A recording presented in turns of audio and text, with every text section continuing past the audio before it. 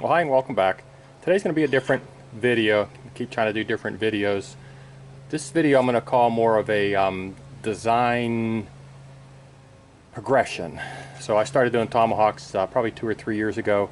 This was one of my first tomahawks. Actually, I think the first tomahawk I had, I gave it away to somebody. This is a railroad spike, probably 4140. Chucked a piece of oak in the wood lathe and turned it on. And you know, it's got a half decent edge on it. It's actually pretty nice. I didn't know what to do in the back, so I just kind of squared that off if I wanted to pound nails like a camp axe or something like that. But that was one of the first ones. Again, I was real happy with it. Just, you know, looking at what I'm doing today versus this looks like something out of a cartoon. So this is the next axe. Little different design, little thinner. I wanted something lighter. Handle's a little bit thicker. The handle on this one drops in from the top, which is how I thought most frontier axes would have been. Again, this all has paint on it, so it doesn't rust. Oh, there's a little corrosion right there. Thanks. So I'll go ahead and paint it. And a buddy of mine said to stamp every one of mine, which I guess I didn't at first, but EB27 is the brand that I did. So this is the second tomahawk. Again, very lightweight. You know, this is you know, for camping and things like that. So this was kind of like the second or third, really the first generation. But you know, the second or third attempt using the same metal. From there I moved into more of what I would have considered a carry. I would actually carry this one with me. The handle has been contoured for my hand. The handle is oak. I have a leather wrap on here, suede wrap, and I used black walnut hulls. So basically the black walnut hulls from a black walnut tree, and I would collect the stain from that. This is ponded on again from the top. This is a piece of 5160, so this is a lot sharper, this is a lot harder. Maybe a little thick, I mean probably a little too thick for my liking. But again, this is something, and then I started making sheaves for these things because I got tired of getting cut with them. So this was my second generation, first attempt. I really haven't made any other tomahawks like this one. So from here I moved into my third, what I would consider a third generation tomahawk. Still a piece of that 5160 steel. The handle is contoured again for my hand. It's actually bowed out a little bit at the bottom, so as I'm chopping I can let my hand fall out a little bit. I can let the tomahawk fall forward and I actually know where the back of the blade is. So it's a lot thinner blade. I also put this bird beak on the back. That's for you know, breaking things, you know, breaking bones or whatever you want to call it, punching holes in glass or something like that. This was put on from the bottom, and then with a leather sheath and with some decorative, and I found a feather or something I put on there. And again, I put again, this is sharp, so this is one of the ones that's very, very sharp, so I keep that. So this is the first of the, what I'd call the third generation tomahawk that I made. What I also liked about this tomahawk was the first time I didn't take a piece of wood and chuck it into the wood lathe. You can see the bow in it. So I actually found a piece of oak or black walnut, I think that's oak, and I put stain on it. You know, run the stain that way, and linseed oil everywhere just to get linseed oil to get a nice finish on it. So that was, to me, was more of a nice, again, a different type of tomahawk, different style of it. So again, with that fourth generation tomahawk, I moved to a smaller handle. Again, the handle was custom fit to my hand. It's the same shape, but the smaller bird beak. With these, I actually tried some inlaying on this. So this was, a guy asked me if I could do inlaying. So I inlaid that with brass just to see how that would work. Again, very sharp, very hard.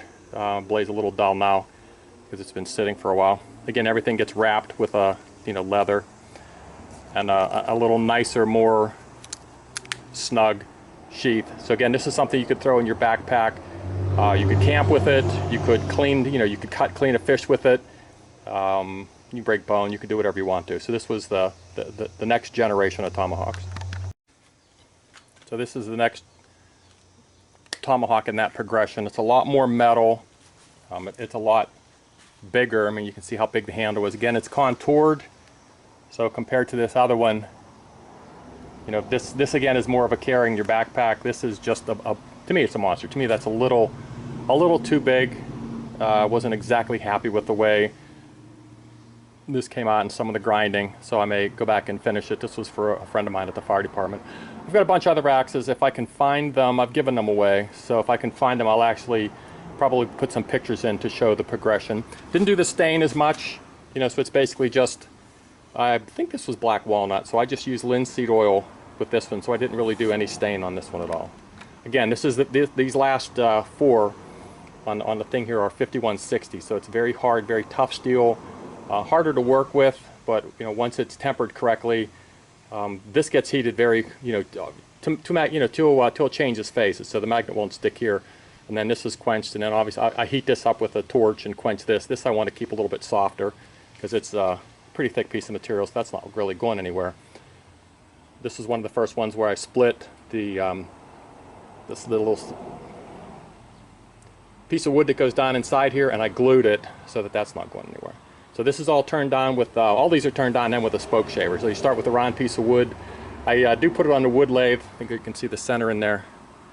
Put it on a wood lathe to get it to about the right shape, and then from there I'll use a wood shaper, and I'll go ahead and I'll shape these. So this is one of my latest. This is again a different type for me because it was one of the first times I actually took a pattern and drew a pattern out and forged it to that pattern.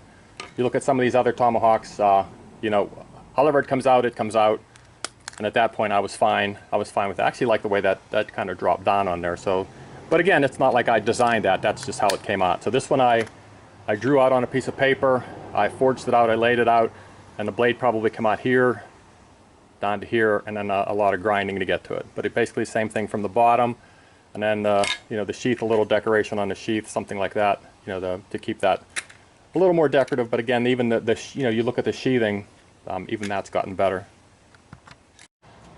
And this is a blade that a friend of mine asked me to make. So again, this is the same 5160 steel. It's pretty rough. He wanted it pretty much this exact dimension, I think with the back end cut off and some of that reduced. But where you can see a little bit of white here, I have to remove some of that stuff. I may draw this out just a little bit more to give it more of an edge, but that's pretty much what he wanted. There's some work to do there because that's not exactly even. These are difficult to make when you're doing stuff by yourself. I see a lot of guys doing things on a press, and you know, they have a couple people. This is just me with a coal forge or a little bit of an LP, you know, cheat sometimes when I need it. But this is when you know you're getting better, is when someone can give you a drawing, or you can say, draw me something, you know, give me a drawing of what you want, and then you can make it. So this is really to me what a blacksmith is trying to aspire to do. So when I get that finished, I'll show some pictures of that. But that's pretty much what I have so far. I got a couple other ones in the works, but you can see the progression from what I would call almost like a play or a wooden one, you know, something you'd get at a store, you know, just like some piece of rubber or something on that, to an actual working. I mean, these last, anything on this bench here, I would have no problem carrying in my bag and having that be my primary either, you know, weapon or wood cutting or camp axe or whatever. So those would be, any of those would be fine. Even some of these, again, I've given some of these away in the past. They just don't feel as good as what these bigger ones are. And then when this one's done, this is more of what a frontier axe would have been from what the guy who designed it drew it out. So there you go. That's what I've done so far. If I get some more, I'll put some more pictures up, but hopefully that inspires people to get out there and start, you know, your first. I'll probably do one on knives as well, because my first knives look like something that come out of, you know, again, one of these cartoon shows.